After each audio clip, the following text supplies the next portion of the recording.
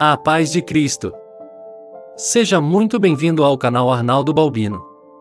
Hoje eu quero conversar com você com calma, com sinceridade e com temor diante de Deus sobre um tema sério, profundo e extremamente atual, quando o púlpito deixa de ser lugar de serviço e passa a ser palco de poder. E isso não é um ataque à igreja, nem à fé, nem ao evangelho, pelo contrário, é um chamado urgente para voltarmos ao centro do cristianismo, que é Jesus e o seu modelo de liderança. Sempre que a autoridade espiritual deixa de apontar para Deus e passa a concentrar tudo em homens, algo começa a se corromper, e a Bíblia nunca tratou isso como algo pequeno.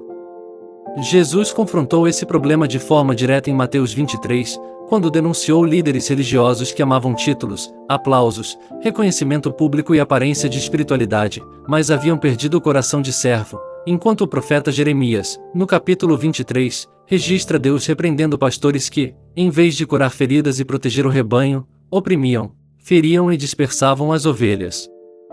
E aqui precisamos ser muito honestos, o problema nunca foi a existência de autoridade espiritual, porque Deus estabelece liderança, o problema é quando essa autoridade se transforma em poder humano, controle emocional, manipulação espiritual e medo disfarçado de obediência.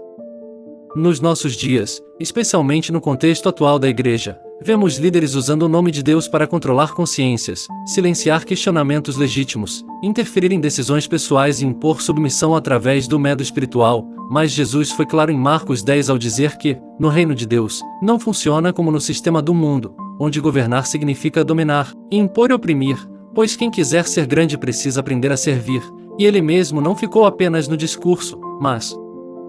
demonstrou isso quando, em João 13, se ajoelhou e lavou os pés dos discípulos, assumindo a posição mais baixa para ensinar que quem realmente possui autoridade não precisa controlar ninguém.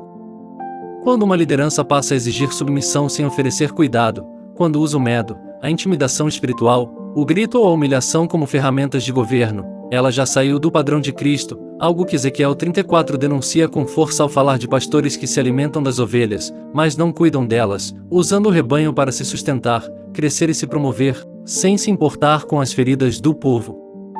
Por isso é necessário discernimento, porque existe muito autoritarismo disfarçado de unção, onde questionar vira rebeldia, discordar vira pecado, líderes se tornam intocáveis e textos como "não toqueis nos meus ungidos" são usados fora do contexto para blindar pessoas contra a correção, quando a própria Bíblia mostra que Natã confrontou Davi, Paulo confrontou Pedro e que a repreensão feita em amor também é uma forma de cuidado espiritual.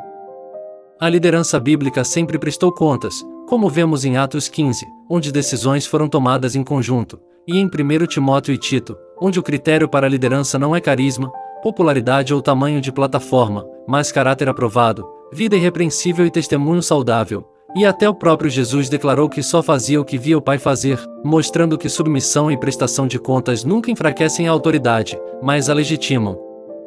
Por isso fica um alerta muito claro para todos nós: quem se recusa a prestar contas não está acima da igreja, está fora do padrão bíblico, pois o púlpito não é trono, o altar não é palco e a autoridade espiritual nunca foi licença para dominar pessoas, já que Jesus, descrito em Filipenses 2, se esvaziou, se humilhou e serviu. Em Mateus 11 se apresentou como manso e humilde de coração e em Marcos 10 afirmou que veio não para ser servido, mas para servir, e Deus continua levantando servos e não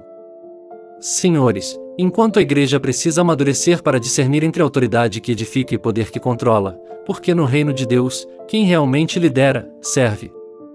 Se essa mensagem falou com você, deixe seu like, compartilhe e participe nos comentários, inscreva-se no canal Arnaldo Balbino para não perder os próximos vídeos e ative o sininho para receber todas as notificações.